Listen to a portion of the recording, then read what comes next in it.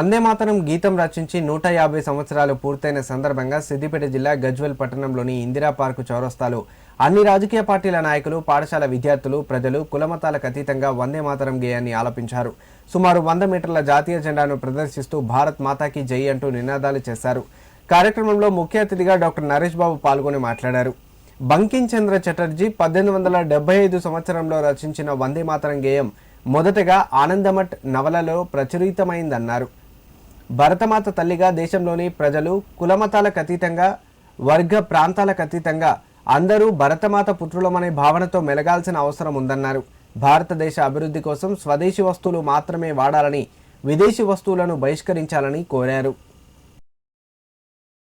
దేశ ప్రజాని ఆదేశానుసారం ఈరోజు వందే మాతర గీతం 150 సంవత్సరాలు పూర్తి చేసుకున్న సందర్భంగా ఈరోజు దేశం మొత్తం కూడా గల్లీ గల్లీలో ప్రతి పట్టణంలో కూడా ప్రతి ఒక్క భారత పౌరుడు ఈరోజు గీతాలాపన చేసిన వందే మాతర గీతాన్ని ఆలాపన చేసినందుకు దేశంలో ఉన్నటువంటి ప్రజలందరూ కూడా దేశంపై భక్తి పెంచుకునే విధంగా ఈ యొక్క కార్యక్రమాన్ని చేపట్టిన గజ్వేల్ ప్రజలందరికీ మరియు వివిధ పాఠశాల యాజమాన్యాలకు, బాలబాలికలందరికీ కూడా పేరు పేరున ధన్యవాదాలు తెలియజేస్తూ, మనకు గత కొన్ని సంవత్సరాలుగా దేశం ఈ వందే మాతర గీతాన్ని ఆలపించుకుంటూ ఎంతో మంది బ్రిటిష్ వాళ్ళతో వీరమరణం పొందిన మన భారతీయులను మనం ఖాతాలను మనం ఎంతో విన్నాము.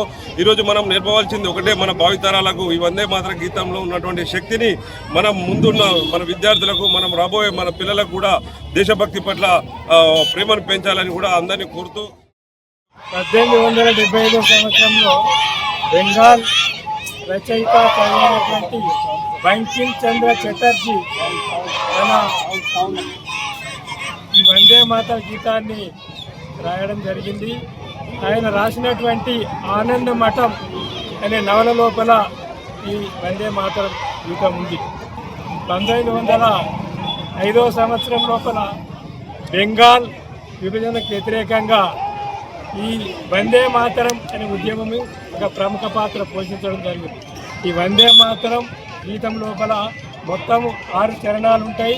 కానీ మనము ప్రస్తుతం ఒక చరణం మాత్రమే పాడుతున్నాము. కాబట్టి మొత్తం చరణాలు పాడవలసిన అవసరం ఉంది.